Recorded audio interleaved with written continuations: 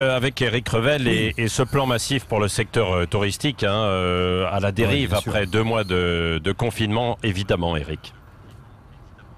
Oui, alors vous parlez de plan massif. Moi, je parlerais même quasiment de plan Marshall pour le tourisme. C'est primordial pour un secteur dans notre pays totalement sinistré, vous l'avez dit, mais qui représente 7% du PIB français et plus de 2 millions d'emplois. Alors, ces 18 milliards d'euros sont évidemment essentiels. Et les annonces hier d'Édouard Philippe, on peut le dire, c'est pas la peine de se le cacher, elles sont très importantes. N'oublions pas que la perte d'exploitation globale du secteur touristique français en 2 mois de confinement est évaluée en gros à 10 milliards d'euros, alors que les assureurs n'en couvriraient qu'1 milliard. Vous voyez, c'est peu, on l'a déjà dit, les assureurs devront faire plus. Mais revenons au secteur touristique.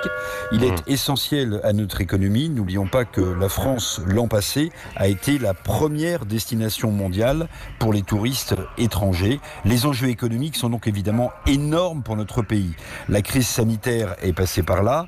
Les restaurants et les bars et les hôtels ont été fermés, vous en souvenez, en quelques heures, sur ordre du gouvernement il y a 2 mois. On peut dire que le secteur touristique, j'en parlais avec certains de ses représentants, a vécu un traumatisme et un effondrement économique. Alors ces 18 milliards d'euros d'aide, dont près de la moitié de prêts garantis, ne suffiront pas évidemment à redémarrer ce secteur sur un claquement de doigts. Il faudra de l'organisation, donc du temps. Alors certes, le gouvernement parle de chèques vacances, d'aides diverses, de la possibilité évidemment d'oublier les fameux 100 km autour de sa résidence principale, mais beaucoup de détails, Patrick, manquent encore pour juger de l'efficacité de ce plan.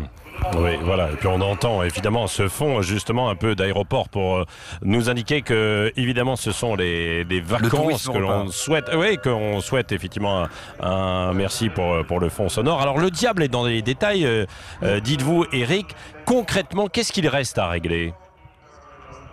D'abord, il y a la question évidemment de la reprise ou pas de l'épidémie. Quand on voit les mesures barrières dans les aéroports, justement, on se dit que c'est pas gagné. Mais restons positifs.